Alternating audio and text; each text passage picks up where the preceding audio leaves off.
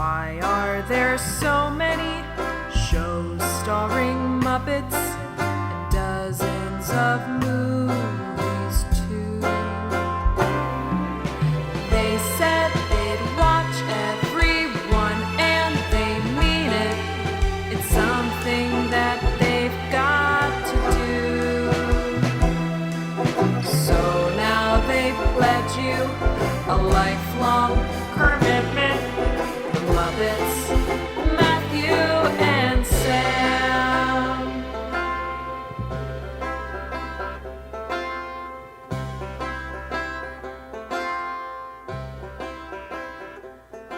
Welcome to Commitment, the podcast where two friends have vowed to watch all things Muppets, except for this week where we didn't watch any Muppets at all. I'm Matthew Gatos. And I'm Sam Schultz. And this week is our birthday celebration special extravaganza / I don't know what Sam will title this episode. Oh, God, I didn't even think about it. I don't know either. I feel like it's just going to be very confusing if this episode pops up in people's feeds and it says, "What about Bob?" and Puppet Master 3. I'm sure it'll say some version of that, but I feel like it needs like a little precursor of birthday special or something. Yeah. You'll figure it out. But yeah, we mentioned it a couple times here already. You've probably seen it in the title. You've heard us say these things that we watched this week. Me and Sam both picked out a couple movies that were sort of puppet / Muppet adjacent for us to watch this week as part of our birthday special. So we watched the 1991 comedy, What About Bob? And also, weirdly, the 1991 horror thriller Puppet Master 3, Toulon's Revenge. Both of which you can rent or stream on a couple of different platforms. I own What About Bob on DVD, so I watched it there. You can watch Puppet Master 3 for free on Pluto TV with commercials. Which is really the way it was meant to be watched. Yeah. Yeah. But yeah, this episode, clearly different. We're not talking about Muppets. We'll try to talk about Muppets as much as we possibly can. We'll make as many connections as we can to the movies that we watched. And we're also going to be answering some questions from you, the listeners, after we talk about those movies. But we're just doing this to be selfish. We're a couple of little birthday boys. Yeah, so we're recording this the day before my birthday. It'll come out the week of not only Sam's birthday, but also Mr. Jim Henson's birthday, because the same day? Same day, same birthday. But yeah, I thought it was a little weird that we both picked 1991 movies, just sort of randomly. We did not tell each other what we were going to pick. And then we both picked movies from when we were like 3 years old going on 4. I have distinct memories of seeing my movie in Blockbuster. And also, I think What About Bob? I think the What About Bob cover kind of freaked me out a little bit. But not the Puppet Master 3 cover? Yeah, they're kind of cute. Yeah, see, for me, the What About Bob cover was one that's burned in my brain because I've always owned it on some format my entire life. I think I own the VHS, I own the DVD, and yeah, we just like always had a copy in our house for some reason. Have you been watching this since you were a little kid? Oh yeah, this is like, this wasn't even really like a necessary rewatch. I could have come on here and talked about What About Bob without any refresher. I had never seen it before. Interesting. I'm excited to hear what you thought of it. But before we do that, because this is a birthday special, we have some gifts to exchange. We each set a price limit that we could spend on each other, and we bought each other some gifts that we don't know about yet. So who wants to go first here, me or you, Sam? I'll go first. All right. I woke up this morning with the horrible feeling that you already have the thing I got you. So if you do, don't tell me. Okay. I can't take it. All right. Okay, I pasted it in the conversation. Ooh, I do not have this yet, but this is a very good thing I have looked at on eBay multiple times. Well, I just saw the chicken with the... Okay, so anyway, what I got. So a few years ago, there was a line of Star Wars Muppet mashups that they only sold at Disney World, I think, maybe, in MGM Studios, I'm pretty sure, or whatever it's called now, Hollywood Studios.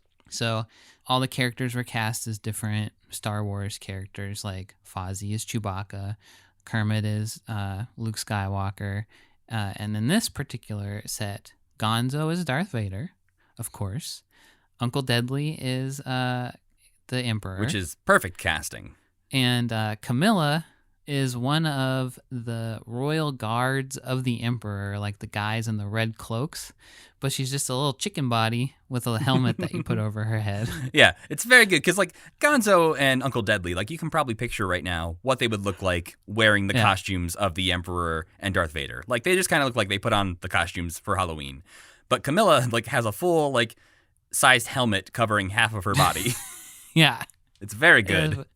That's what won me over. I was kind of on the fence about it because there's some sets that's just Gonzo, and I was like, this is okay. But this Camilla with this particular head was very funny.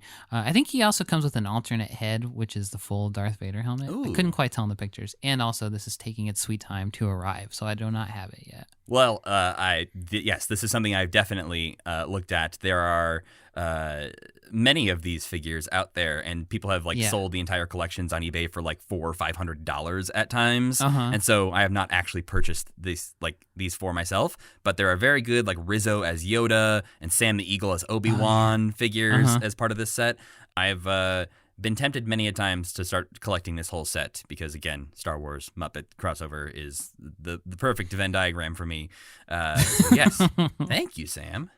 I'm gonna go grab yours actually because yours has arrived already. I have it physically here in my house. Oh, I'm excited. Yeah, Matt's gone. I'm gonna say something rude about him. Oh, he came back really fast. Never mind. All right. So the version I'm going to show you is opened because I ordered 2 of these. One because I was hoping that no one would outbid me on eBay for this, and I was really afraid they were, so I just bid on 2 different ones that were ending within like 24 hours of each other. And so I was just like, okay, if I win both, I'm just going to keep one for myself. I bid for mine on eBay too. It was scary. I hadn't done that for years. I couldn't handle the pressure. I always do buy it now things. I never actually bid on things, but this was something so specific that I wanted to make sure I got it, and it was only available through auctions and not buy it nows. It is Miss Piggy's Calendar of Calendars from 1983. Oh no! Not only People is are gonna this, think I'm a prevert. not only is this the sexy Miss Piggy calendar with some pictures of her stepping out of the shower and working as a gas station attendant, but it also 1983. The dates line up with 2022, so you can use this calendar next year. I will not be hanging it in my office or anything like that, but I can hang it next to my desk. Speaking of butt. Oh my God, that's her whole butt. That's most of her butt. What is this? This is one of those sexy Michael Frith calendars we mentioned previously. This is what the drawings are from. Yep, this is... That is her whole butt. My favorite, absolutely out of all of these, is October, where we have this amazing, oh yes, fantasy Viking Miss Piggy. She's a barbarian, I think it's what it's called. And she's got a sword and is wrapped with a snake, and it's just this amazing thing you'd want spray painted on the side of a van. Wow, this is great. The one where she's a bird is really scary. Yeah, there's some very weird art design choices, and it's a mix of either sexy piggy or one made out of food, or she's a gnome, she's the Mona Lisa. Definitely go to the Muppet Wiki page and look up Miss Piggy's Calendar of Calendars because it's something special. Well, thank you, Matt. Happy birthday to you. Happy birthday to you. It's a successful first annual birthday gift exchange episode. Yes, and look forward to the deathbed gift exchange episode in 20 or 25 years. That's not that far away. No, but that's so long, isn't it? Before we get into these movies, one more small little thing. I don't mean to bring the mood down after the successful, fun birthday times, but I just wanted to put out a disclaimer of this podcast you're listening to. One, I know this is a very weird episode, but 2, this is also kind of a weird podcast. The format we do, and some sections of the Muppet fandom, much like any fandom that exists out there in the internet, can be very snarky and rude at times, and we do our best to avoid those people. There's definitely things that go around on Muppet Twitter that you won't see Commitment retweeting or engaging in because, dear God, do I not have time to get involved in that kind of fight. But sometimes that part of the fandom finds us and sends us messages, and so it's hard to avoid. So I just want to put out a blanket statement that we are not a historical podcast, and we are definitely not experts. A lot of the things we are watching for this podcast and discussing, we are watching for the very first time. So we might ask some questions about things that are easily find-outable somewhere on the internet. And I can see how it would be frustrating to hear us wonder about these things that you're probably screaming at your podcast player, being like, "It's this, you dummies! Obviously it's this!" But this podcast has been and will continue to be all about our experiences trying to watch all things Muppets in chronological order, and it will not ever be an accurate, like, Henson history podcast. And you know what? Brian J. Jones likes us, so shove it up your ass.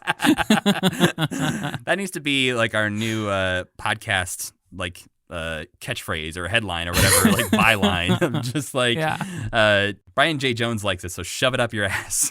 One of the people who puts me on blast most frequently is my own mother, who will text me after she listens to an episode, and she'll be like, well, I mean, this person was extremely famous for this TV show that everybody has heard about, and they did it like a week before they were on the Muppet Show, so maybe you should have researched a little harder. I'm like, oh, I don't have a lot of time to look up obscure 70s celebrities, Mom. Sorry.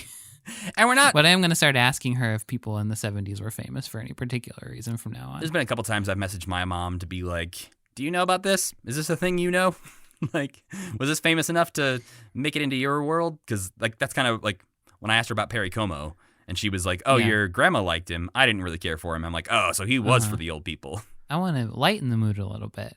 There's this with another Twitter thing, because a lot of Muppet Twitter is actually very delightful. Absolutely. And I do feel like there's been a bit of like a Muppet renaissance on Twitter, especially like fan art. Well, and especially with, which is nice to see, much younger people than us. Yeah. Yes, there are a lot of great Twitter artists that I follow, but there's this person at Starman's Art, and I'll link to him. And like every day he draws like 5 amazing pictures of the Muppets. And I simultaneously am extremely jealous of him and want to push him off a ledge, but also he's freaking amazing. So if you like Muppets, you got to follow this person. Yeah. At Starman's Art, and I'll link to it. Yeah. Every single one blows me away. Yeah. All of his drawings, I think somebody actually tweeted at him about this the other day, of like all of his art is like these like 5 or 6 different styles that he can switch between, and they're all amazing. And it looks, I don't know. Like, I don't even know how to describe it without like telling you to go look at it, because every single thing he tweets, I'm just like, oh, I want a shirt of that. Ooh, I want a poster of that. Ooh, I want that on something. Like, it's so good. And yeah, maybe we can work with Starman's Art to get something commissioned for us at some point. But highly recommend that as well. I want to shout out another person. They are on Twitter. They are at Beartnie, which is Beartnie. And they do adorable drawings of the Muppets and other things that just like look straight out of a children's book. And the reason that their name on Twitter is Beartnie is because they do these drawings of turning Muppets into bears, like Bert and Ernie as bears, and they're like cute little teddy bears.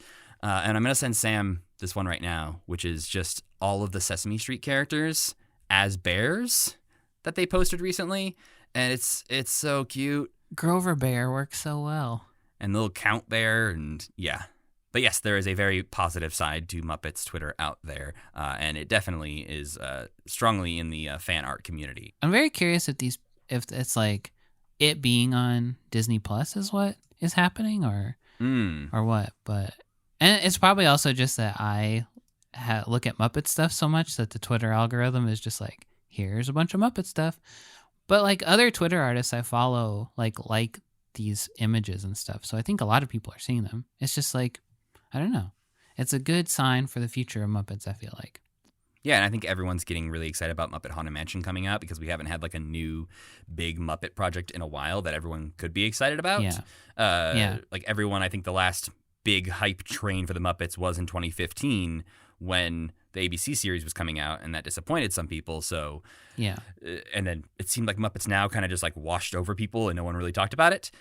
So this is like the first seems big like thing. Maybe it washed over the people who made it. Yeah, well, but I don't know. Yeah, Sure. It seems like this is the first thing in like 6 years that there's been a lot of like Muppet hype around. So hopefully it's good. Which we'll be making a whole episode about that later on in October. But for now, let's talk about the things we watched this week, Sam.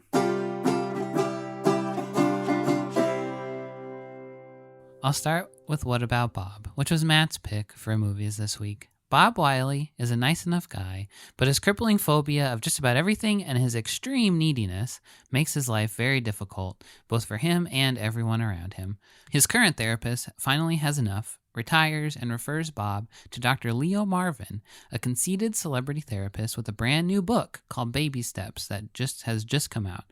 Bob goes in for an interview with Dr. Marvin, but is distressed after the interview to learn that the doctor and his family are going to go away on vacation for the next month, and Bob won't be able to contact him at all. Bob eventually fakes his own suicide in order to get the approximate location of Dr. Marvin's vacation home, and the locals of the town who hate the doctor help Bob to pinpoint him. Bob shows up on the doctor's front porch, which initially freaks out the doctor's family, but eventually it turns out that Bob's own issues give him the ability to listen and recontextualize the anxieties of Dr. Leo's family, and one by one, he wins them all over, and they encourage him to stick around for the length of their vacation. And all of this is happening to the absolute horror of Dr. Marvin, who sees Bob as a sociopathic interloper. Good Morning America visits Dr. Marvin at the vacation home to interview him about the new book, but they start talking to Bob and decide that he should also be in the interview as an example of the doctor's success. So Dr. Marvin chokes at the start of the interview, and Bob ends up doing all the talking, which he does amazingly well. Basically talks up Dr. Marvin the entire time.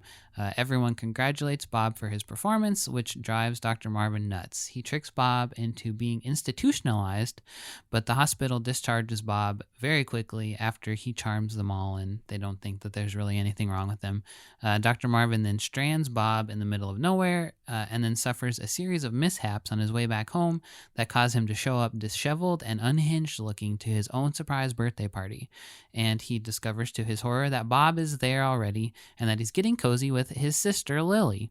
Dr. Marvin attacks Bob in front of everyone and then eventually escapes off into the night. He buys a rope, a gun, 20 pounds of explosives, kidnaps Bob, and ties him up with the explosives rigged to blow in the middle of the forest. Bob thinks that this is the final test to his cure, and he uses the baby steps method to escape the trap. He returns to the vacation home to thank Dr. Marvin for everything, but he brought the explosives with him because he thought they were fake and part of just a ploy. So the doctor's vacation home explodes, and Dr. Marvin is eventually arrested and institutionalized for attempted murder. Then flash forward, we join Bob and Lily on their wedding day, and Dr. Marvin's whole family is there looking on with joy. But Dr. Marvin is also there, and he's catatonic in a wheelchair. The priest asks if anyone has any objections, and Dr. Marvin wills himself to stand and say no, but instead of listening to what he said, the whole family just celebrates the fact that he's regained consciousness, and that's the end. The Muppet Connection here, directed by Frank Oz, Fozzie Bear himself. And Lily is played by Fran Brill. Oh, yeah. Performer of many, Right. many Muppets. Also, sort of Muppet Connection, ends with an explosion.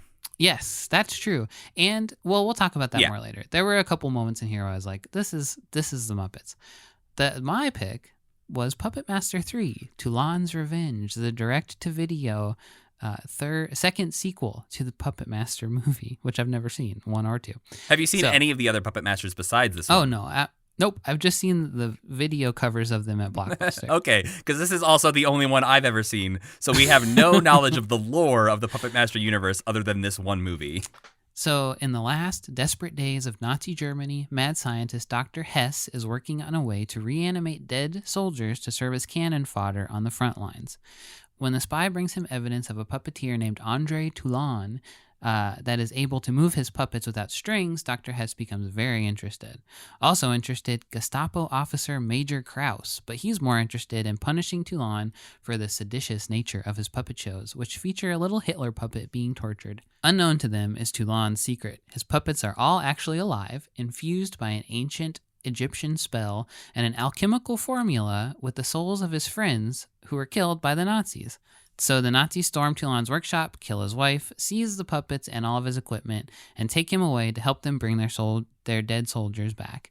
Toulon escapes with the help of his nasty little puppets and cooks up his vengeance. He sends his little guys, including a new leech-barfing puppet with the soul of his wife in it, to kill Nazis, and they're really good at it. While in hiding, he is found by some guy and his son, and the son is a fan of Toulon. The dad and son pair are running away from the Nazis as well because they're the mom of the family was accused of being a spy, and for some reason they're running away too. Toulon takes the boy as his assistant and sends him out for supply runs. And on one of these runs, the boy is captured by Dr. Hess. He leads the doctor back to Toulon's hideout, where Toulon tells Dr. Hess his secrets and that he can't revitalize Nazi soldiers because the spell only works on those with righteous souls who are fighting for justice. So Dr. Hess turns as nice as a Nazi mad scientist can turn and joins Toulon's side. Major Krause also finds the hideout when the boy's dad sells Toulon out for his family's freedom. The hideout is stormed. Dr. Hess ends up dead while helping Toulon escape, as does the boy's dad, who wasn't helping Toulon escape. I don't remember why he dies. Toulon slips away and later ambushes Krause in his office, allowing his puppets, now joined by a new puppet carved in the Major's likeness but filled with the soul of Dr. Hess, to torture the Major to death.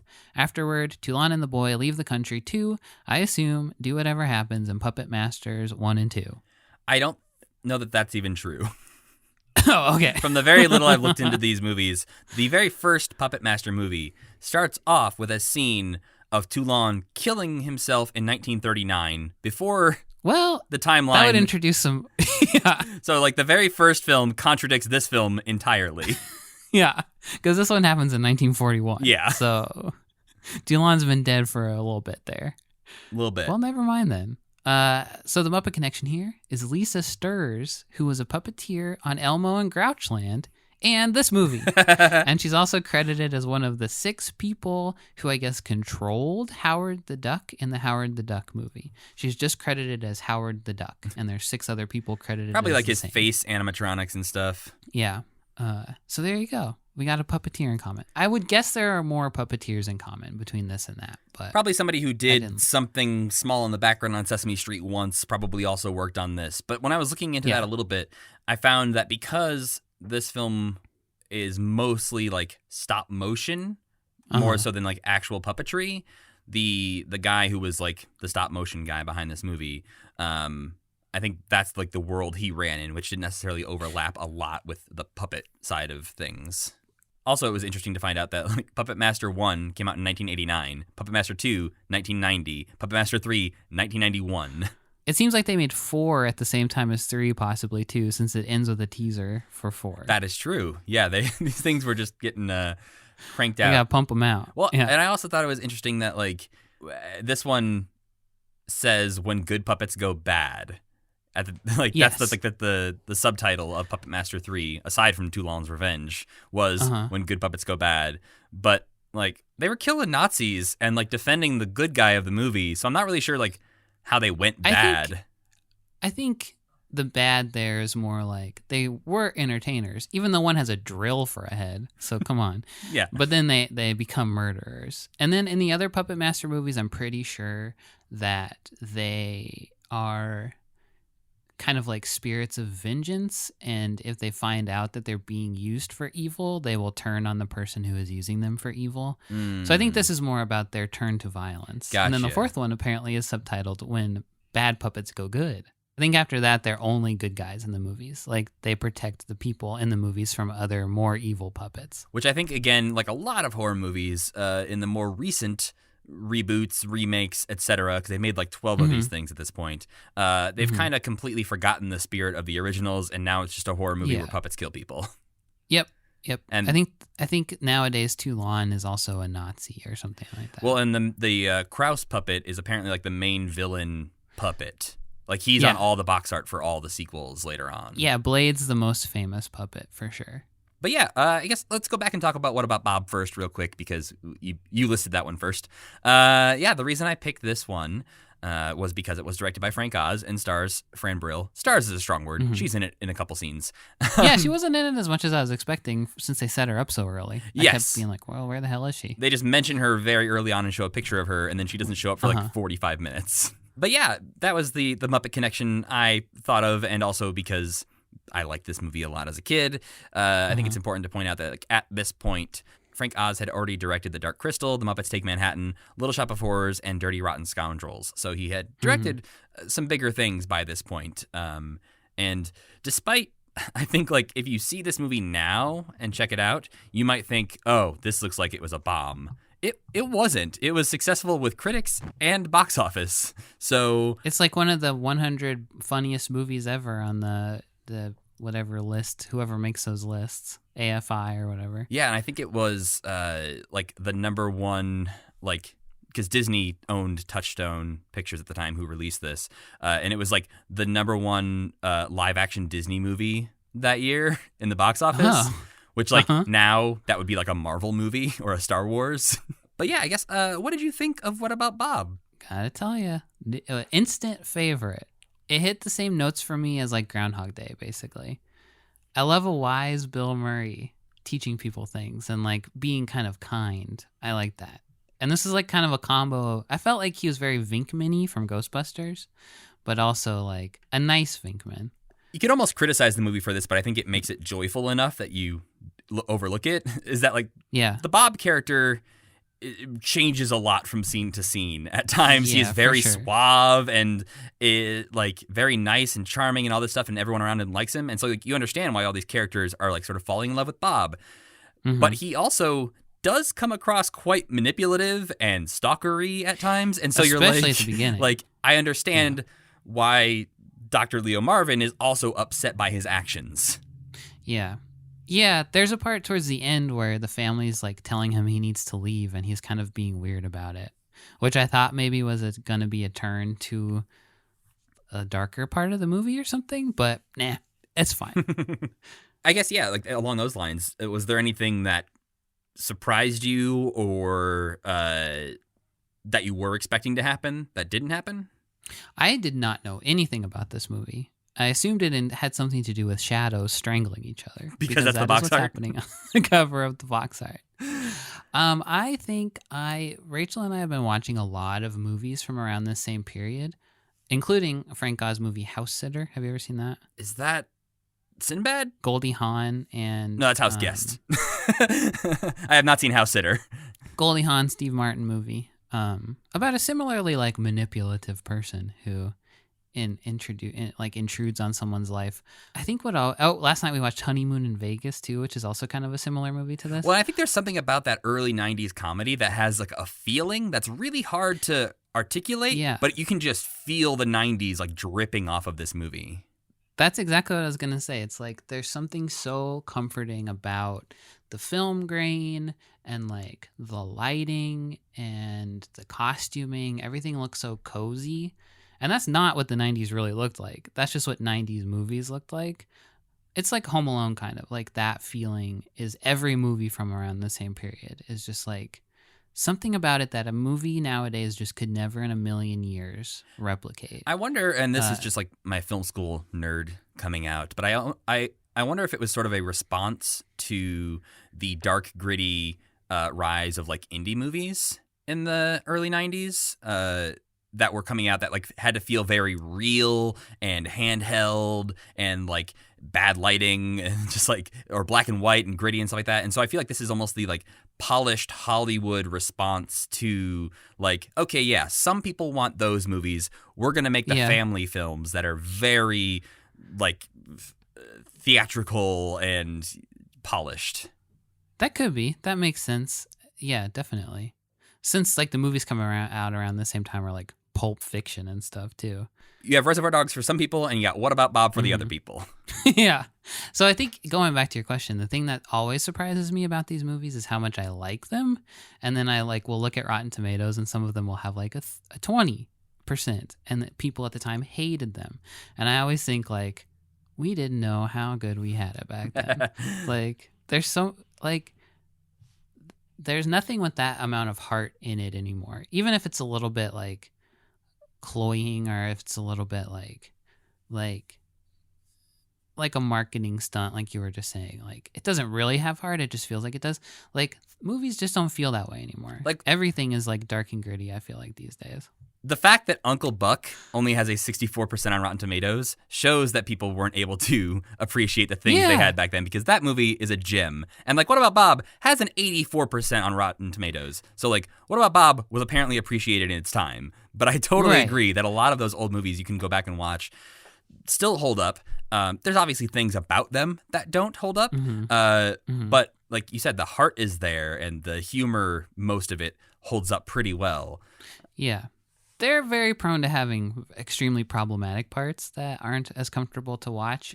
Well, Less so than in 80s movie. 80s movies, when they get problematic, they get very problematic very fast. Usually 90s movies are just like, is it going to the shrink weird? Aren't people who have to go to the shrink so weird? yeah, and I think that's the moments where this film delves into that a little bit, is like in the way it handles psychology in general, and this idea of clearly a terrible therapist. like I understand you want to go on vacation, you don't want to be bothered while you're on vacation, but at the same time you seem like an asshole, like immediately. Yeah, you're all about great. your book, you're very selfish. So I understand that, like, both sides of this, but you also seem like a dick. And apparently that's what, like, reading through the reviews at the time, like, I think it was like Siskel and Ebert were split on this film as far as like their thumbs up, thumbs down. And I think it was like Ebert loved it, and it was ruined for Siskel by Dr. Leo Marvin as a character. He like hated that character so much that it ruined the movie for him.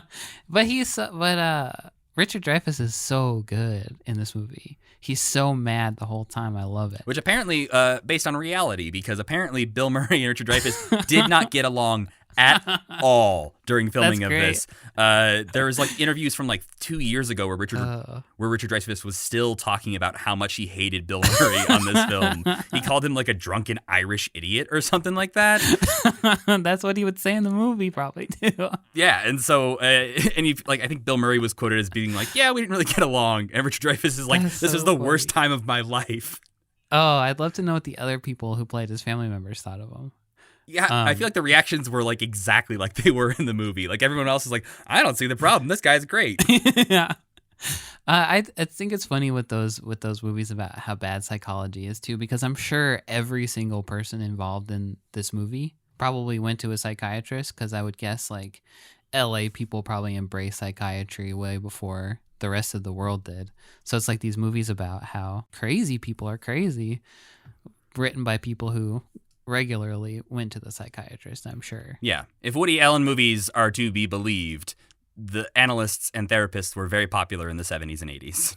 But yeah, it is also worth noting that along those lines, I have heard many a story about Richard Dreyfuss through the years of him not being a very easy to work with type of person. So He just seems that way to me.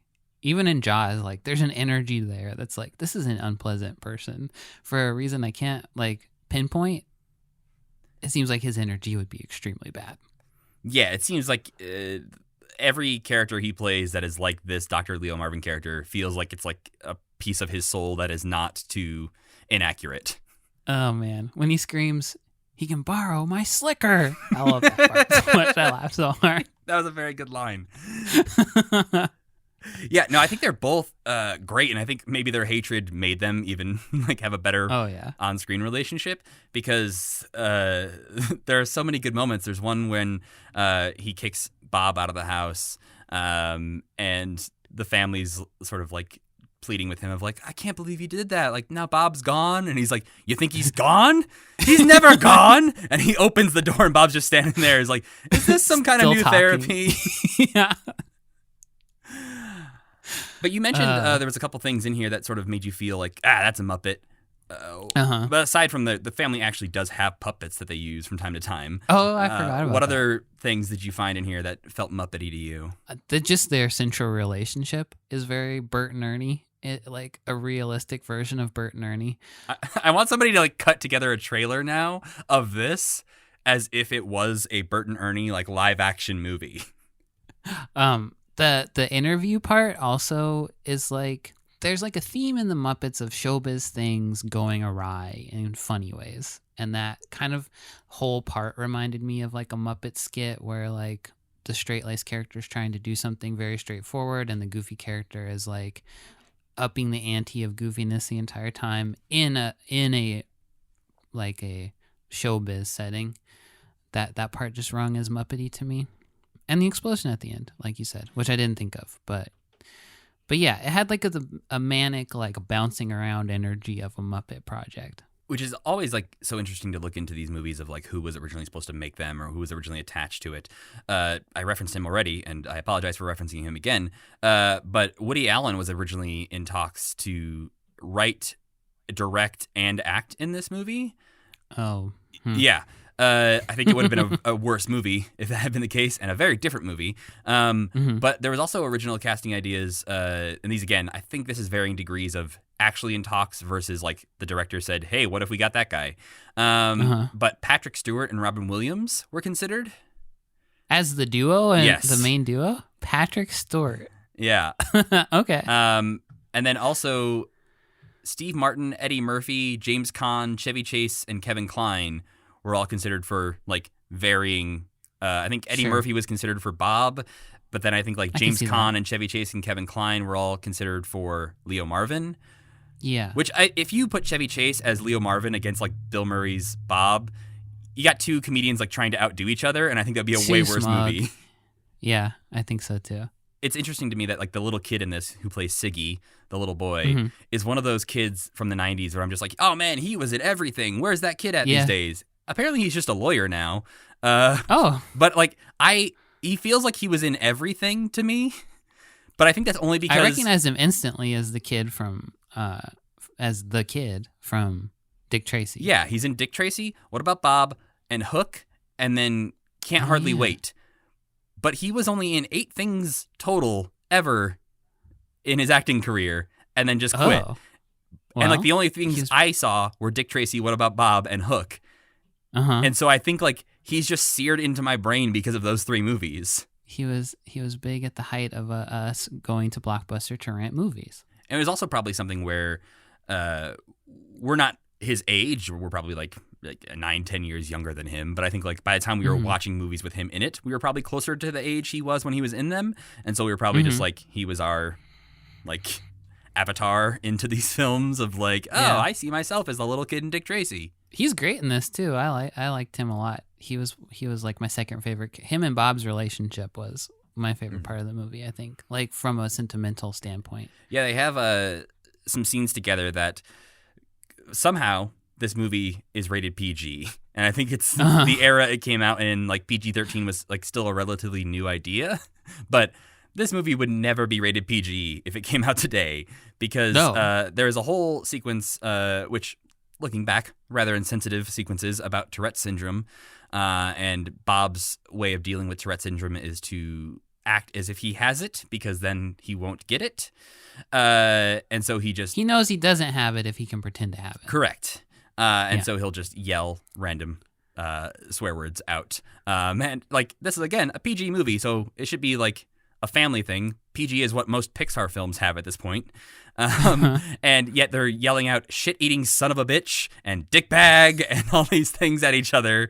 And I'm like, oh, yeah, this is... I watched this a lot as a kid, and for some reason didn't really remember those parts that well. Did you ever start screaming rat dick suck nut? No, I wasn't that clever. Okay.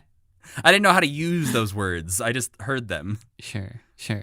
There were 2 things that kind of felt like they forgot to like finish in the script. And one is the fish. I don't know what the hell the fish was supposed to symbolize, and I guess he blows up at the end, but nobody ever really spares a moment to think of the fish that Bob carries around on a necklace, basically the whole movie, a goldfish in a jar. Yeah, named Gil, who opens the movie, essentially. We see the opening credits are this fish swimming over a black background. And then, yeah, you're absolutely right. Like through most of the movie, Bob is caring for this fish. It's like the one connection he has to like his own personal life. And Yeah. he desperately needs to help it at certain times. But then at the end, it goes away. And I didn't even think about that until just now, that it was probably in the house when it blew up and Gil is dead. Presumably exploded. Gil should be at his damn wedding. Because he must, maybe to the filmmaker, symbolizes that Bob is trapped in a jar as well or something like that. But I don't think really. That doesn't really hold up very well. He's just a little fish he likes, I guess. Yeah. But I thought that was weird. And also you mentioned the puppet thing. Yeah. And the puppets show up early in the movie. Right. There's a family of puppets on their fireplace mantle. There's a puppet for each member of the Marvin family. that we see later on are used as a sort of therapy for Leo to try to talk to his kids. Yeah. So when they have a conflict, they use the puppets instead of yelling at each other. The puppets yell at each other. But then that is just like one scene in the movie. And then a few minutes later, they use the puppets. And then that never, ever shows up again either. Yeah, it makes me wonder, and looking into this, I didn't find too much evidence of this, but it makes me wonder about the deleted scenes of this movie. Mm-hmm. And I'd almost like to hear like a Frank Oz commentary on this film, which it doesn't exist on the DVD I have, but the DVD I have is also like 25 years old or whatever. But there's a few plot elements that I was sort of looking for this time and wondering, like, I wonder if that was there originally and it got cut out. And I think those two feel like they could have easily been part of like a scene that they were like, we need to cut some time, cut out the fish. But the bigger one for me is touched on only very briefly at the beginning, that Bob is divorced. Oh, yeah. And he references being divorced, and it's alluded to the fact that, like, because of his various, like, ailments that he has, his fears, agoraphobia, all these things, that, like, that's probably why his wife left him, is she could not, like, be there for him through this. And he makes a very good, funny joke when he's asked of, like, why did they get divorced? And he says, well, there's two kinds of people in this world. Some people who like Neil Diamond and some people who don't. And my wife loved Neil Diamond, insinuating that he left her because she likes Neil Diamond too much. But I felt like, and this is maybe a slight spoiler, I won't get into too many details, I felt like there should be like a planes, trains, and automobiles type of moment in this movie. If you've seen that movie, you know what I'm referencing. If you haven't, I'll dance around it a little bit. But essentially, there's a character in that, in a similar sort of Bert and Ernie type of way. There's one character that's really annoying, and there's one character who's very like strict and stern and is being bothered throughout the entire movie by the obnoxious character. But along the way, we get to see more into the life of the obnoxious guy, to see like where the like heart and soul of this guy is and what it all ties back to. And then where his issues are coming from, like why he's so obnoxious. Yeah, and I think they set that up in this movie pretty well in that first scene when he starts talking about the divorce, and then it never comes up ever again. And I feel like that's the thing that like would make this movie almost perfect for me. Whereas like I still really enjoy watching this movie, but it just feels like they missed out on that very clear opportunity. It would give Bob a great reason for being the way he is, which he doesn't really have right now. Right, like that's very smart. Well, and I think like because Planes, Trains, and Automobiles is like one of my favorite movies of this sort of era, I think that just like sort of clicked with me this time in watching it, and especially because immediately Leo Marvin diagnoses him with like family issues, and he's looking for family, and he makes that assumption based pretty much on the fact that Bob is very interested in the photo of Leo's family, and also that Bob is divorced. And I'm like, okay, explore that, please. Like, this seems like we could make sense of that as he's trying to be with his family. Did he have kids that he doesn't get to see? Does he have parents that he doesn't get to see? Like, we don't really know as much about Bob as I would like to know. Yeah. That's kind of interesting because one note I took was that the baby steps method works. So it's kind of interesting that Leo is a good therapist. Like the things he tells Bob to do just like tosses off the top of his head all work for him. And like he is right that he's looking for a family. He's like obsessed with finding a family. And I thought that was just like a weird little maybe accidental part of it, was that he actually treated him successfully. Yeah, it weirdly, and this is obviously because I'm watching the second season right now, it had a lot of parallels for me to Ted Lasso. And if you're watching the second season, there is some stuff about therapy in there. I won't spoil it if you haven't watched it yet. But one, this tied into a lot of like Ted Lasso handles therapy in a much better way than than What About Bob does. Well, has the benefit of 30 years of growth. Yes, and the point of Ted Lasso is not the psychiatrist is a dick, whereas that's the point of What About Bob. But there are also elements to that idea of you have this character who is like constantly upbeat and almost to a fault for some people, where they can't deal with his level of optimism and joy, and that he alludes to this in the first season of Ted Lasso, that like his wife and him have had issues because he is always so positive and optimistic.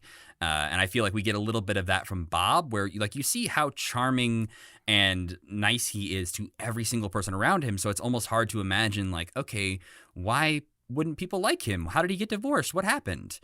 Mm-hmm.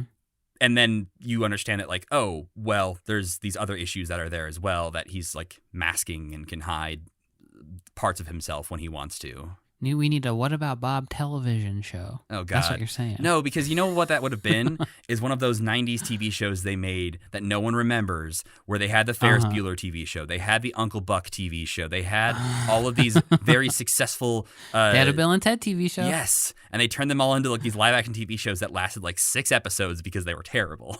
But yeah, any last thoughts about What About Bob, Sam? Oh, I loved his shirt that said, "Don't hassle me, I'm local." I really want one of those. It's very shirts. good. I think you can buy it somewhere. I'm sure you must be able to. Yeah. Uh, There's maybe a What About Bob gift shop at Lake Winnipesaukee, maybe. Is that really a real place? Yeah, it's a real place. They didn't actually film it there, but sometimes they do that thing where it's like, "Yeah, come here. It's like the movie," and it's like, well, but they didn't film it here at all. It's like, yeah, shut up. Yeah. No, nothing else. I really liked it. I'm gonna definitely watch it again. Yeah, it's a good one to just throw on. Our next feature film that we watched this week, Puppet Master 3: Toulon's Revenge. I like the way you say that. Thank you. I don't remember if he was supposed to be French, but André Toulon. He was definitely French. At the end, they mentioned that Toulon was a doctor in France for his youth. All right. Then I think there's actually there's Retro Puppet Master. What? Which is a prequel to this movie. Oh, God. Which is him learning the secret of puppets, of bringing the puppets So to it becomes life. one of those horror anthologies where they try to explain everything. Oh, big time. There's multiple prequels, and all the sequels delve into Toulon's background, and there's comic books and novels, I think. There's all kinds of shit. So, yeah. I wouldn't even actually call this much of a horror movie, really. No, I was actually expecting much, much worse from this era of horror movie, and also just like the box art and the trailer and stuff that I checked out. I was expecting it to be way bloodier and way, I guess, like cheesy violence-y, but yeah. It's almost Gremlins level of violence or something. It's like you don't see any weapon contact any human. And you only see, like, there's some pretty good squib explosions when that one colonel guy is getting shot by 6-shooter. That's probably the most violent part of the movie. Otherwise, it's just like blood on someone after a puppet has done something to them. Yeah, I mean, there's one where a drill goes through a guy's chest. Yeah, but he's got a big shirt on, so you can't even see anything. And there's also a couple of quick slices, I think, of like an Achilles. I think the most gruesome part that I was wincing at is towards the end of the movie, they're stringing up Krause like a puppet.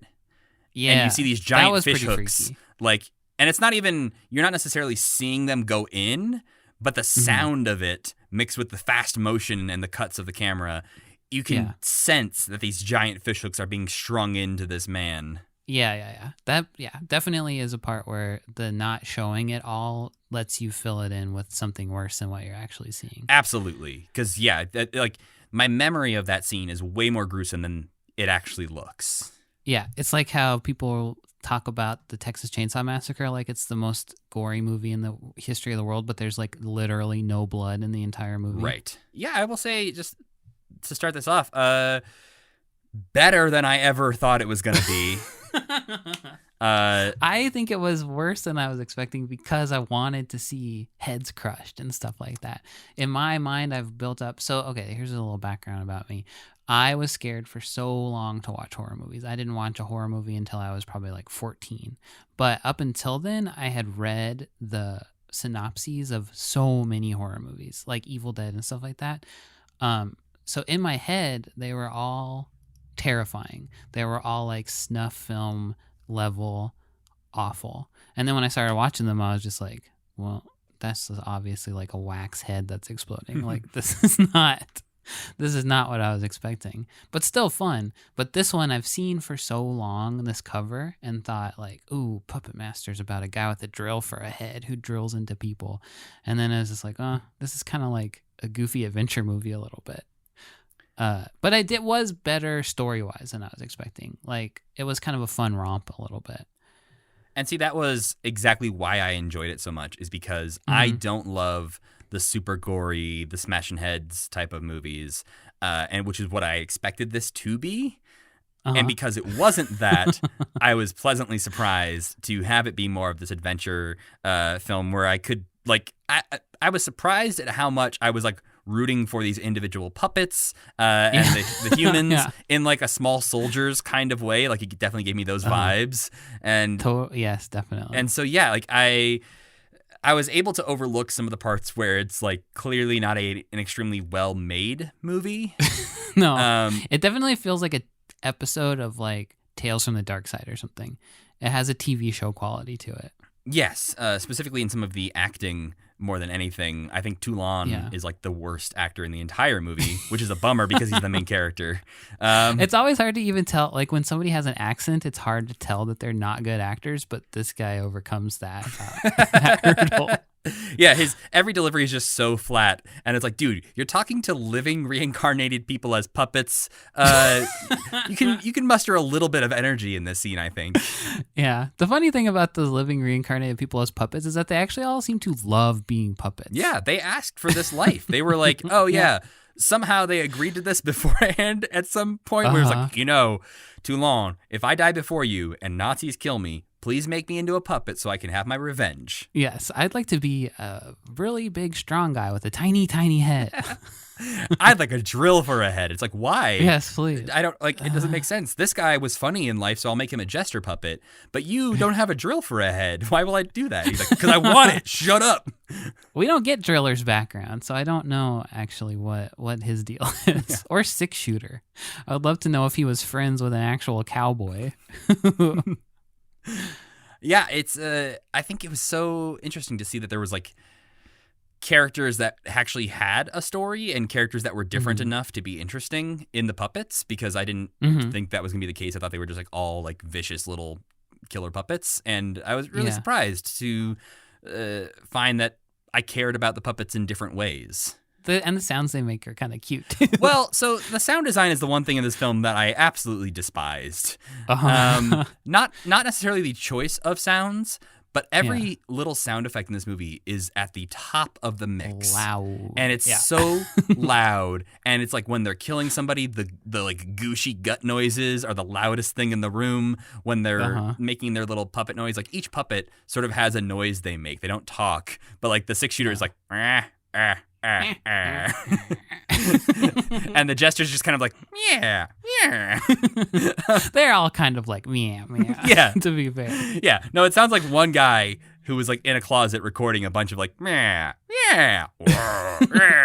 Like, yeah, use those wherever you want. But they're always just so loud that it's like really off-putting. It's like almost an ASMR type quality to some of the sound design in this film, which again works really well when they're doing things like the fishhook scene to like sell that gruesomeness. But other times it's so unnecessary that it's probably just like a consequence of it being like a direct-to-video mixed for a mono television that's 12 inches. There are a lot of things I forgave in this film because I know it was a cheap direct-to-video film, and that was one of those where I was like, yeah, sound design is hard and expensive, and I'm sure you got some guy on a weekend to do the sound effects for this movie. I understand. Similarly, there's a moment where his name's Eric, I think, one of like the little Nazi henchmen. He's repairing a car, and he's upset because he's like a disgruntled worker, and he wipes some grease on his face so it looks like he has a Hitler mustache. And and it seemed like maybe because he had a Hitler mustache in that moment that the puppets were like, kill him, he's Hitler. That's the way I read it. But he dies because the reincarnated wife puppet spits leeches out of her mouth in a very disgusting. That's one of the worst sound design moments, is the gooshiness of those leeches coming out of her mouth. But the leeches apparently kill him, suck him dry. And I think you'd need more than 4 leeches on your face to die. Yeah, there's a lot of death by leeches in this movie that did not seem believable. Maybe they're magic leeches. They also didn't seem like, I don't know, like if a leech fell onto your face and you knew about it, you could quickly Just grab take it it and go, off. ah. Yeah. But like, And not writhe on the floor and go, yeah. But we do get to see Eric's face when he's dead, because they're like, yes, no, Eric's died. Let's go check out his body. And they, for some reason, chose to do a close-up of this man's face, which is supposed to be a dead body. And you see him twitching, his eyes are moving, he swallows at one point, and it's hard, okay? It's hard to pretend to be dead. I understand, but then don't put that shot in your movie. We already understand that he's dead. You told us he's dead. We don't need to see a close-up of his very alive face. I mean, there's even moments in this later on when Toulon is hiding out at this, like, broken down building, and they're clearly using a still image every time they show the establishing shot. And I'm like, just use a still image of his face. You've done that elsewhere. Yeah. That still image of the establishing shot of the burned down building is so bad too, because it's a still image from a film. So you can see the film grain on it. The film grain doesn't move, and that made me so mad for some reason. And they do it like 3 times. They show the same still image. This film, interestingly, as I'm watching it, I'm like, why do these sets look familiar? And it's because they shot this on the Universal Backlot. Yeah. And so everywhere you've seen, if you've gone on the Universal Backlot tour, is in this movie. The little, like... Toulon lives in a New York brownstone. But then walks over to the little European village that's in the Universal Backlot. And then the big courthouse is like the Nazi headquarters. Yep. So that's pretty fun too. I love when stuff's shot on a backlot and you just feel like, I'm in Stars Hollow for Monster Squad. It's great. Yeah, no, Stars Hollow is the one for me because it's so associated with Gilmore Girls in my head that anytime something is shot on the Warner Brothers backlot now, especially if the gazebo is in the shot or they're like looking at the town square, I'm just like, oh yeah, no, sorry guys, this is only Stars Hollow. This is there's an episode of The West Wing where they're like sitting in what would be like Luke's diner, but it was like turned into like a campaign headquarters. And I'm just like, guys, no, I can't see this as anything else. I'm sorry. I even went on a Warner Brothers backlot tour one time and got to see that whole town square. And it just only felt like I was in Stars Hollow. It didn't make me feel like I was in The Music Man. It didn't make me feel like I was in West Wing. It only felt like Stars Hollow. So I had a few questions for you about this movie. Okay. Number 1. Do you think Jim would use the mystical Egyptian serum to bring the Muppets to life? Ooh, okay. Something about me thinks yes. Just I could see Jim Henson in this position where I think he would at least try it. I don't know necessarily that he would go as far, but I feel like if he had the opportunity to try bringing a puppet to life, he would at least try it. Yeah. He'd bring Wilkins and Wilkins to life, and then he'd be like, "Whoa, what horror have I wrought? Yeah, They're murdering each other. Like, you gotta set me on fire again. My life is pain." Yeah, I don't think he would, because I think he would miss the control of actual puppeteering. He doesn't like when things go off script, and I don't think he'd like his puppets being able to make their own decisions. I do like this idea, though, of picturing, instead of like trying to hunt down Nazis, Jim Henson's version of this is bringing Wilkins and Wilkins to life so he can stand back behind the camera and just be like, again, do it again. 37 takes isn't enough. Again. Oh, that's creepy. Like he becomes like the Stanley Kubrick to puppets. Yeah, except that they're hitting each other with hammers. I also think that he would definitely try it. And he'd probably try to make like Dark Crystal with brought to life puppets or something. Yeah. And it would be like the worst movie ever made. And those puppets would like go on TV and be like, "Oh, it was a nightmare. You wouldn't believe what we went through." Okay, here's another one. What Muppet would you least want to be killed by? Ooh. I feel like Swedish Chef would be pretty rough if he was going to kill you. This movie actually kind of shows you what it would be like to be killed by Swedish Chef, because Pinhead is the big strong guy and he has human hands. That's true. Which I thought was kind of a cool effect. He's the one who stabs the fish hooks into you and stuff. Yeah, he also strangles a Nazi early on in the film. Yeah. Yeah, I think it's the human hands that make that sort of creepy, and also his he's used to using knives and guns to murder things. You could dispatch you quickly. Yeah. Do you have an answer for that one? I don't know. I think getting eaten by a Muppet would be really bad. It always kind of freaks me out when a Muppet gets eaten by another Muppet, because then I just wonder what the hell's going on. Right. So if you were like swallowed by like Gorgon Heap or something like that, you'd probably just still be alive in his stomach for a long time. It does seem like you live through the process of getting eaten by a Muppet and you just crawl out later, maybe. Yeah, depending on like, I feel like the Muppet has to agree to let you out. Yeah. Maybe that's true. Maybe they don't actually digest anything. It's just like a prison that you're in for a little while. The Muppet has It's to like a agree. Sarlacc pit. I mean, Crazy Harry would be bad because you'd be blown up. That's true. It'd be quick though. But- I'm thinking like Marvin Suggs just like beating you on the head repeatedly with a mallet. Yeah. The thing is that there's a lot of Muppets who could and would kill you. So I think Swedish Chef would be the worst because he seems to enjoy purposefully murdering other sentient beings. And he does not have any scruples about it at all. I feel like Animal would be terrible because he would probably just like eat you in chunks. Oh, Animal would like rip your arms off like a chimpanzee. Yeah. Like you'd be hanging out with him perfectly fine, like a chimpanzee, and all of a sudden your arms would be ripped off and your face would get chomped right off. Yeah. That would be bad. Yeah, that's a pretty bad one too.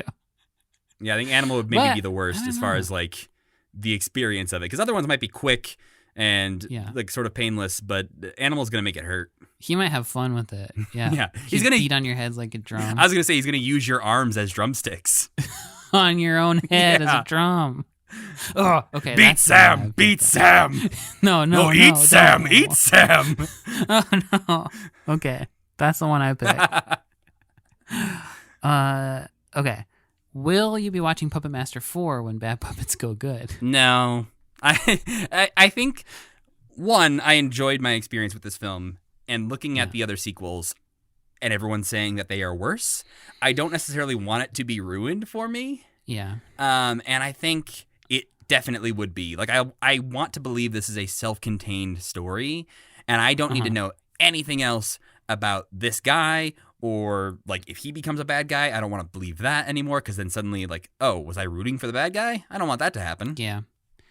I think they retcon him into being a good guy, definitely. So the first two would probably ruin the third one a little bit. Yeah, so. I was shocked that this was the best one. So I don't think I'll watch any more of them either. Yeah, I think it's kind of in line with exactly what I expected, but did creep over that line into being better than I expected. Yeah. But my thing with it, though, is that it wasn't scary enough to be a Halloween movie that I'll go back to. Like, it just wasn't scary. No, I don't think it had a lot of jump scares or anything like that. There's a couple gross moments. There's a couple like gratuitous nudity moments in there. Pretty much. Well, like Indiana Jones has gross moments and gratuitous butt nudity in some parts. So I mean, but it doesn't it's like have the same thing. like the head Nazi in this film has multiple scenes where he is sleeping with just like 3 or 4 women. And it's like, his only scenes are him surrounded by naked breasts. yes. And so it's like very clearly just to be like, look at this gross man who's just always having sex and is half naked. Yeah. And then so it's like, don't watch it with your parents is what I'm saying. So that's Puppet Master 3. We've done it, Sam. We discussed the 2 feature films that have very little to do with Muppets. I'm sure all the people who hate us will be perfectly happy with this episode. So now we want to answer some questions from you all, the listeners. Some of these came in through our email address, which is mail@commitment.com, and some came in through our Twitter, which is @commitmentpod.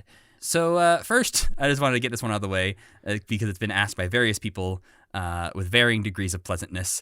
Why aren't you talking about Sesame Street? We're gonna. That's the short answer is we're going to.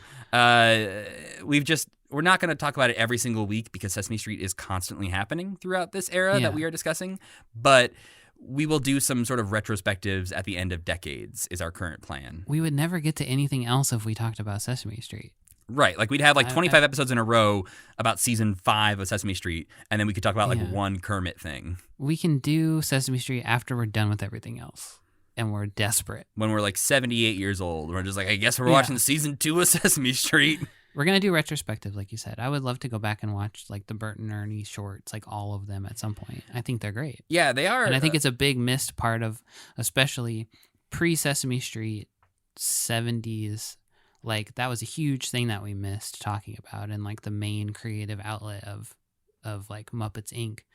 So I think at that point I kind of felt like, oh, we're really missing something here. But I think once we get into like the Elmo years, when there are more non-Sesame Street character things happening, it won't feel as much like we're not talking about it. Yeah, because we'll start to get into more Sesame Street specials here in a few years that we'll be watching, like Big Bird in China and all those like Big Bird travel ones.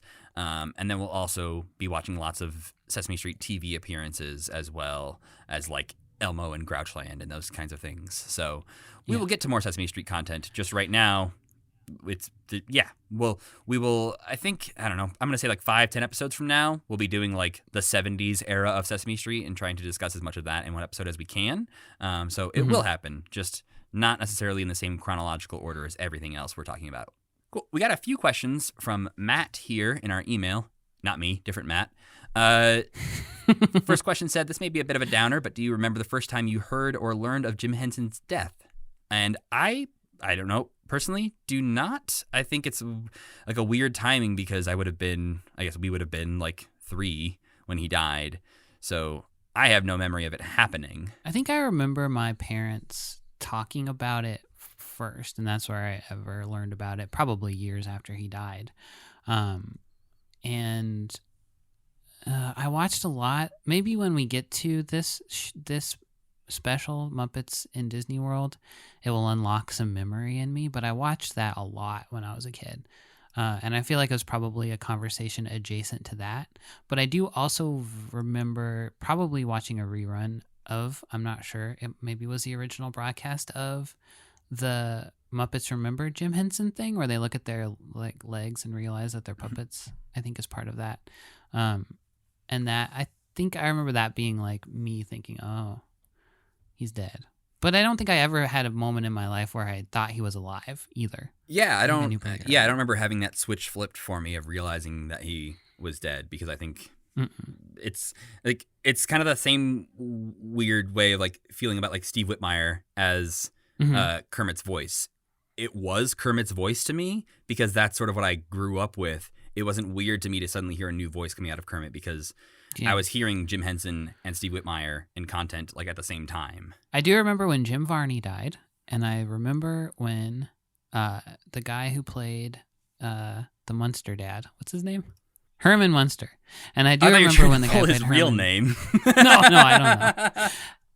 I don't know his real name. Herman Munster. Fred I remember Gwynn. both because Fred Gwynn. I remember my dad reading the newspaper in both of those instances and being like, Fred Gwynn died. And then telling me, that was Herman Munster. And me going, oh, yeah, I know that person. But I was sad when Jim Varney died. I mean, he died in 2000, so you would have been a little bit older and being able to like understand the concept of death by that point. Oh, sure. That's the first one that's one of the first celebrities I remember dying and being like, oh, no, not Ernest. Because it is sad that Ernest is dead. Mm-hmm. We should have had Ernest for way longer than we had him. A less of a downer question from Matt. There's apparently, I didn't even know about this, there's a heated Muppet Theater location debate because in Muppets media they have referenced it being in London, in New York, and in California. So basically Matt is asking, do we have an opinion on where we think the Muppet Theater is located? I don't think there's any way that the original Muppet Theater was located in L.A. Especially not in the movie in 2011. They show it basically where the El Capitan Theater is in Los Angeles, which I think makes sense because Disney owns that theater. So that makes sense that they would use that as a location. But yes, there is zero chance that is where that theater would be. They are too big of losers to be based in LA. It's on Hollywood Boulevard too. Like it is a super famous location. Right. All of their guest stars wouldn't be like, where the fuck am I if it was in LA on Hollywood Boulevard. It feels like it's in the Midwest to me. Like it's in Minneapolis or something like that. That's just where I always feel like they must be. It also would make sense for it to be in London, I guess, but there are not enough British puppets running around for me to really be comfortable with that. Yeah, I think because of the guests that we're seeing, like so many of them that are either British or famous in the UK, I think to me it feels very British. Like it sort of feels like a British show in a lot of ways. So I think in my heart it's always been London, and even when the 2011 movie came out, it felt wrong to me that the theater would be where they show it being. Like it just was like, man, I don't accept that. Yeah, but based like I don't. What are the 3 options? New York, LA, or London? I think of all those, to me, New York feels the most right because it feels like somewhere where it gets cold to me, I guess. But London gets cold too. I don't know. London seems like too much of a hassle for people to get to. Yeah, and I haven't seen It's a Very Merry Muppet Christmas Movie in a long time. I think I maybe own it on DVD, but I haven't watched it in probably 10 years. So I don't really remember how they contextualize the theater in that. But eventually we'll get to that. But no, listener, to me, I am picturing Minneapolis when I'm watching the Muppets. And Matt's picturing jolly old England. Yep. At Yeek Freak on Twitter asked, do either of you have a favorite segment of Muppets doing something over music without speaking or singing? Theirs is Java. I really liked Yellow Rose of Texas. That was going to be my answer. Oh, that's lip syncing, which maybe doesn't quite count, but... Yeah, I think, to me, some of those that, like, I think Java is great. I love Java. Every time we see it, it's pretty good. But I do enjoy the lip syncing ones, which I feel like kind of fall into that same category. And Yellow Rose of Texas is so, like, seminal. That one feels like the first in what they will continue to do. Yeah, I think I got to pick that one, even though too talky, but Java's good. A lot of those, like, just musical dancing ones I'm not really crazy about, but... Yeah, I like the Snurfs one, the one that we saw on both Muppet Show and Herb Albert. Like, I think that one works pretty well. And I guess anytime the boss men are used, because they're such cool giant puppets, that when they're just, like, out there grooving and dancing, I'm in favor of that. There's just, like, one of these in here isn't really a question. It's just, like, a nice little note we got. Megan emailed us some very cute pictures of their bearded dragon that they had cuddling with a stuffed Grover. And they said that the podcast keeps them sane while they're working long hours in a research lab. So, oh, that's nice. Yeah, it's very nice to hear. And the pictures are very cute. Oh, yeah, they are. Brennan asked if we're going to cover any of the bloopers, like the famous Emmett Otter's Jug Band Christmas bloopers. I'm not familiar with this. Ooh, you should check those out. We'll be watching Emmett Otter in, like, I don't know, several episodes from now. But those ones in particular are very, very good, and they're on YouTube. You can just go check those out. Lots of good improv from Frank Oz and Jerry Nelson. This is not like human heads being able to be seen. This is like the Muppets going out of character and goofing with each other. Yes. In particular, there is a very famous one where they're trying to roll this drum out of the music shop and have it land perfectly on the curb. And they did like 40 takes of this thing. And both Jerry Nelson and Frank Oz, you can tell, are just getting really tired of doing this thing over and over and over. And so some very good improv moments from the puppets there. Well, of course we'll be covering those, right? Yeah. If it's filmed Muppet content, we had to watch it. Yeah, and I feel like those are the things that we're most likely to maybe miss in our watch through, because they don't necessarily come up at the same time when we're going through content of like, oh yeah, they did bloopers in 1978. So I feel like we might have to like circle back on some of those. Like I know something that we haven't been covering that I know are out there somewhere is that the Muppets recorded little like TV intros for certain Muppet Show episodes.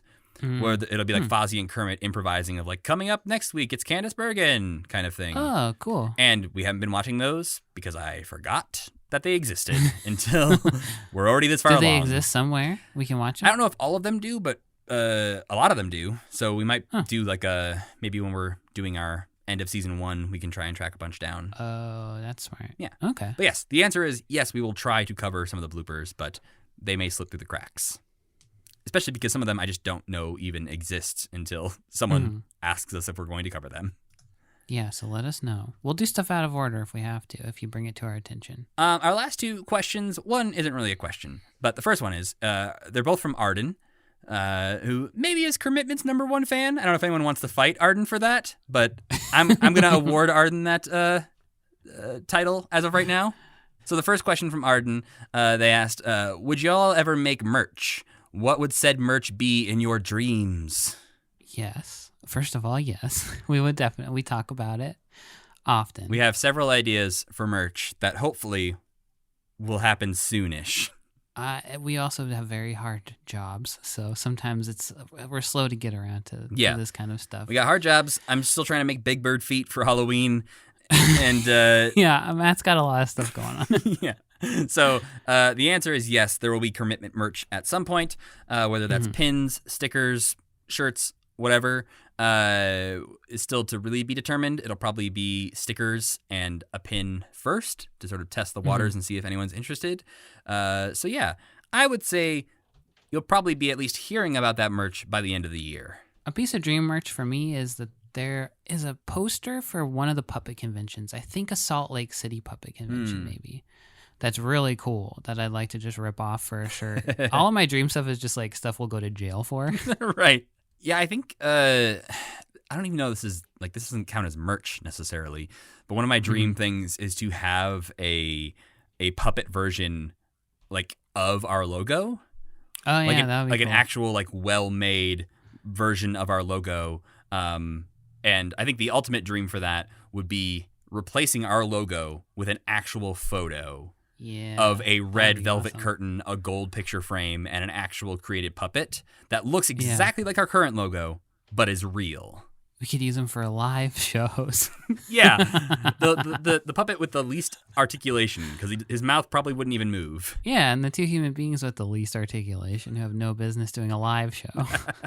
So it all makes sense. Works out perfectly. But the other message we got from Arden is we got called out, which... Arden's also my number one bully, so... Yeah, number one fan, number one hater. It was pointed out to us through Arden and other people on Twitter that apparently our puppet ratings have not been very consistent. And in the beginning, this makes sense because we didn't start rating the Muppets immediately when we started this podcast. But I thought that once we started rating them, we did a pretty good job. I thought we did it every single damn time. But Arden has a spreadsheet that they made that shows exactly what we rated Muppets and when. And there's a surprising number of times where one of us rated them and then the other one just decided, I guess, not to. Yeah, how does that even happen? And then there's weeks where neither of us rated the puppet at all. Whoops. I don't understand how that happens either. Like, we just completely forgot to do that. So what we're going to do now is we are going to help out Arden. Yeah. We are going to fill in the rest of their spreadsheet by doing a lightning round rating here. We are going to address all the Muppets that we have not yet rated and rate them very quickly. And to remind everyone, Sam's rating system is out of 5 stars and mine is out of 60. You know what, Arden would have been helpful? If you'd given us freaking edit abilities on this spreadsheet. So there you go. There's one little mark against you. I think it's important that we don't have the edit power because we could go in and act as if this has always been filled out and we're great. Okay. All right. Well, okay. So let's start with number 1, huh? Fozzie Bear. Fozzie Bear. What do you give him? 5 stars. 5 stars? 5 stars. All right. I'm Big going to time. go 55. Excellent. Kermit. Kermit the Frog. 4.5 stars because he's kind of a dick. Ooh. See, I'm going to go 58 because he's almost perfect in my eyes. Ew. Grover, 5 stars. He is perfect in my eyes. I love Grover. See, Grover gets about like a 46 from me. Ugh. I hate you. Ralph, Oh. 5-star Muppet. He might almost be a 6-star Muppet. I think he's a 60-star Muppet in my eyes. He's one of the perfect Muppets. I think Ralph is, he is the scale. I think is like, if anyone can ever be better than Ralph, they break our scale. Yeah. To me, he's like the Jim scale. I think Frank Oz has like a whole different scale because I like his characters more generally. Yeah. But Cookie Monster.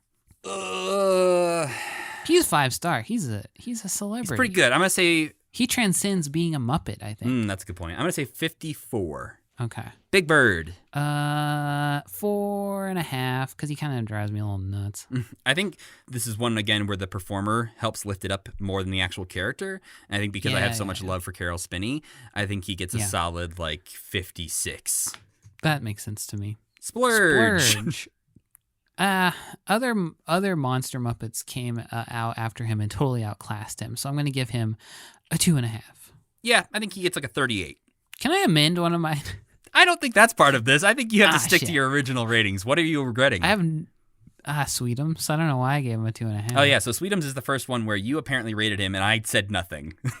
Actually, if Sweetums is a 2.5, I think, Arden, pay attention. Splurge is a 1.5. Okay. So Splurge falls in between Matthew. Robin and Sweetums for you because you gave Robin a 1 and Sweetums a 2.5. Yeah. That makes sense. I'm kind of feeling bad about my Robin rating too, but we'll relitigate that. This was an in the moment feeling. You hated Robin at the beginning. You're right. Okay. I apparently didn't rate Robin or Sweetums. So let's see. Sweetums, he gets a 50. He's up there with Sam Eagle. Okay. Yeah, he's pretty good. And then Robin, I similarly, I don't hate Robin as much as you used to, but Robin's going to get like a 40.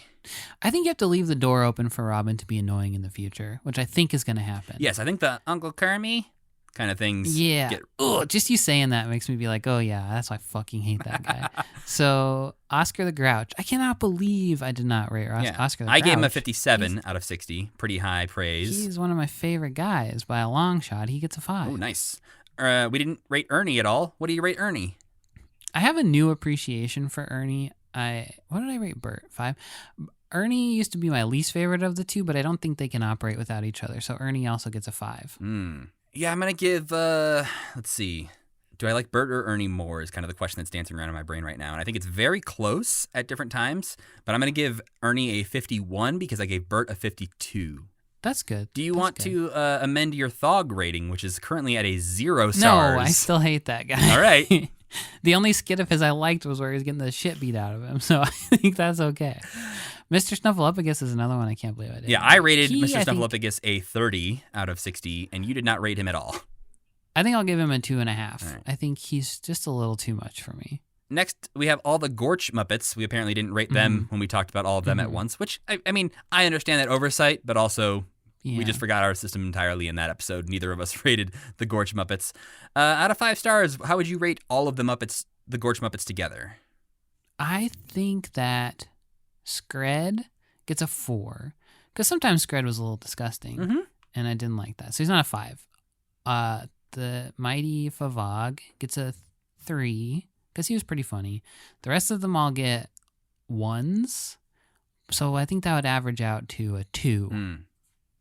Yeah, I'm going to say like a 27 because I think you're right. The bad ones bring down the average quite a bit. Yeah. And then Scooter is the last one that we completely forgot to rank. So let's see. Scooter out of 60. I both love and hate Scooter at times. I think Scooter will become one of my favorites later on. But at this moment in time when we're watching The Muppet Show, Scooter is definitely not one of my favorites. So I'm going to give him like a 49. Scooter is growing on me. I like Scooter quite a bit. I'm going to give Scooter a 3.5 just because he is a little bit of a dink. So yeah, now all of our Muppet ratings are up to date and we will do our best to not forget any more in the future, but I'm sure we probably will. We probably will. Sorry. Which actually brings us to our Muppet of the Week. Our Muppet of the Week this week is Prairie Dawn, which obviously I picked because she is performed by Fran Brill. Prairie Dawn is the very smart, bright pink little girl Muppet from Sesame Street. Her character traits are that she's detail-oriented and efficient, and that she aspires to work in broadcasting or journalism. Basically, my read on Prairie Dawn is that anytime I've seen her in something is that she's a little girl, but sometimes acts like she's like 30. I don't know anything really about her at all. Well, she is often confused with the character of Betty Lou, who, to be fair, looks exactly like Prairie Dawn, but with pigtails instead of straight hair. And at times, Betty Lou was also performed by Fran Brill. So is Betty Lou in The Muppet Show? No, I think Betty Lou is also... on Sesame Street. So they're like the same characters. They would interact sometimes, and they look almost identical. Okay. But they were both based on what is known as the Hot Pink Little Anything Muppet. So it's one of these like whatnot Muppets that just started off like as a blank pink Muppet. And there's actually a very good Muppet Wiki page on the Little Anything Muppets, which are sort of these blank forms. And it breaks them down by character and shows you all of the characters based on those forms. So you can see like the little magenta anything Muppet, the little pink Muppet, and like see what all characters sort of stem out from there. So it makes sense that they sort of look alike, but also their hair is almost exactly the same. The performances are somewhat similar. So I think Betty Lou is like the less famous Prairie Dawn. Prairie Dawn debuted in 1970 in season 2 of Sesame Street, although at first she either goes unnamed or is called by another name, so she's not immediately known as Prairie Dawn. Fran Brill, I think this comes up in the Muppet Guys Talking documentary, but also maybe the Sesame Street specials that have aired recently. Fran Brill said that Prairie Dawn was named after the actress Prairie Dorn, who was just like an 8x10 she had seen of like this actress that I don't even think she knew who this actress was. She just saw the name and was like, yeah, I'll kind of steal that.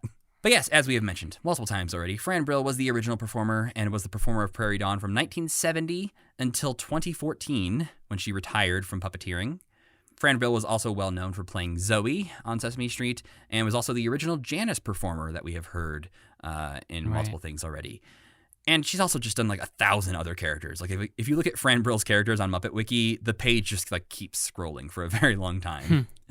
Well, was the only lady voice for a while, basically. Is that the case? Yeah, we've talked about her previously because she was the first female puppeteer hired by the Muppets, aside from Jane Henson, who was there from the beginning. Fran Brill tells the story, again, in multiple places of how she got the job. Was basically she saw that the Muppets were hiring and called them because she was going to do some voiceover work. Like, she just wanted to be a voiceover artist because she was like a theater actress and stuff. And so she was like, maybe I could do some voiceover work from them, because she didn't know at the time that the puppeteers also did the voices. Oh, okay. So she called them, and they happened to be hiring for the Great Santa Claus Switch. And so they were having this big casting call to get people to come into a workshop and figure out how to do this. And so she just like got the job because she did well enough in the initial puppet workshops. So Prairie Dawn was regularly used throughout the 70s, 80s, and 90s. She is one of those characters that just was like on all Sesame Street merch. You would see her everywhere. But then in like the early to mid 2000s, she wasn't being used very often. She started like to kind of go away. And by 2008 was kind of completely not in the show, really. So Brill's last on-screen performance as Prairie Dawn was in The Cookie Thief, which was a Sesame Street special that aired in 2015. And Prairie Dawn's last spoken line, performed by Fran Brill, was, "I think it may be time for me to retire." Oh, no. Yeah. And then recently, Prairie Dawn has come back as of 2016. Stephanie DeBruzzo has been performing Prairie Dawn ever since and does a great job. Like, Prairie Dawn sounds very, very similar to Fran Brill's Prairie Dawn. And yeah, some fun facts about Prairie Dawn. She has a mom named Delta Dawn, who is seen in the Sesame Beginnings DVD series, where we also get to see a baby Prairie Dawn. Does not look like Prairie Dawn in a different wig, surprisingly enough. Has her own sort of like character design and everything. And although Prairie is usually said to be 6 years old, at New York Comic Con in 2013, she said that she's 7. And although they don't state her age, she celebrates a birthday in one episode of Sesame Street where she blows out 7 candles on her birthday cake. So she maybe aged a year at one point. In 40 or 50 years. Yeah, but her birthday is apparently August 3rd, so sorry, we just missed it. Damn it. And one last little fun fact about Prairie Dawn, she has a pet, Sammy the Snake. Is it an on-screen pet? Yeah, I believe it's at least in some books, if not actually on Sesame Street. I think there might have been a puppet of Sammy the Snake. But yeah, got any feelings about Prairie Dawn? It sounded like you barely knew she existed. I barely know who she is. No, not really. I think sometimes I see these characters like Prairie Dawn and Roosevelt Franklin, and I think, it's kind of too bad that like more of the normal kid Muppets aren't around as much as they used to be. Kind of weird that there are only monsters and no children ones anymore. I don't know. If she's back, that's great. Yeah, I think she's around, but like a lot of the Muppets these days on Sesame Street, not always used as often as the Elmos and the Abby Cadabbys of the world. Yeah, I'd take her over an Abby Cadabby. But to be fair, I don't know much about Abby Cadabby. Maybe she's amazing. Abby Cadabby's pretty good. She's just not aimed at us, necessarily. That's true. Yeah. But yeah, so we don't forget, what would you rate Prairie Dawn based on, I guess, what I told you today? 2.5. Neutral Muppet. The most neutral Muppet to me.